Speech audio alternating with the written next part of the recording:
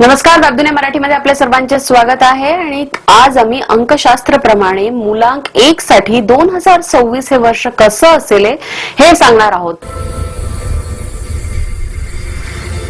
तर मुलांक 1 म्हणजे की ज्यांची जन्मतारीख कोणत्याही महिन्यातील 1, 10, 19 किंवा 28 तारखेला येत असेल त्यांच्यासाठी हे भविष्यफल आहे। तर हे वर्ष मुलांक 1 असणाऱ्यांसाठी चांगले राहिले। तुमची संवेदनशीलता आणि अंतर्ज्ञान तुम्हाला प्रगतीच्या संधी प्रदान करतील, ज्यामुळे तुमच्या वैयक्तिक आणि व्यावसायिक जीवनात सहजता येईल। या वर्षी तुमच्या मालमत्तेच्या संधी आशादायक आहेत, म्हणून त्या दिशेने काम करत राहा। भागीदारीसाठी हा काळ अनुकूल आहे, परंतु त्यांचा काळजीपूर्वक विचार करा। भावनांवर आधारित निर्णय घेणे टाळा। तुमच्या वरिष्ठांचा सल्ला घ्या, त्यांच्याकडे लक्ष द्या। यावेळी तुम्ही अहंकार टाळला पाहिजे आणि जर तुम्ही नवीन उपक्रमाचा विचार करत असाल तर आगाऊ नियोजन करणे फायदेशीर ठरेल। तसंच यावर्षी 1 मुलांक असलेल्या महिलांसाठी चांगले हे वर्ष असू शकतं। महत्त्वाच्या कागदपत्रांवर स्वाक्षरी करण्यापूर्वी मात्र काळजीपूर्वक वाचणे उचित ठरेल आणि यावर्षी तुम्ही वेळ मुळीच वाया घालवू नका।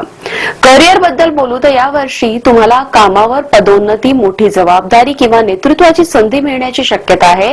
हे वर्ष सल्लागार, अन्न व्यावसायिक, नर्सिंग व्यावसायिक, मानसशास्त्रज्ञ, पाणी किंवा पाण्याशी संबंधित क्षेत्रात काम करणारे, अभिनय, सृजनशील लोक, जनसंपर्क व्यावसायिक, कला आणि सरकारी क्षेत्रातील लोकांसाठी अनुकूल असेल।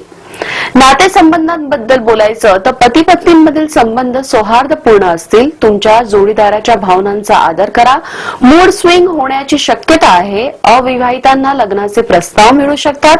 प्रेम विवाहासाठी हा काळ अनुकूल आहे, पण घाई करू नका, यामुळे नुकसान होऊ शकतं। संयम बाळगा।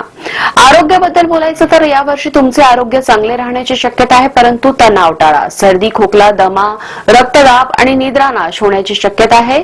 शिस्तबद्ध जीवनशैली पाळा।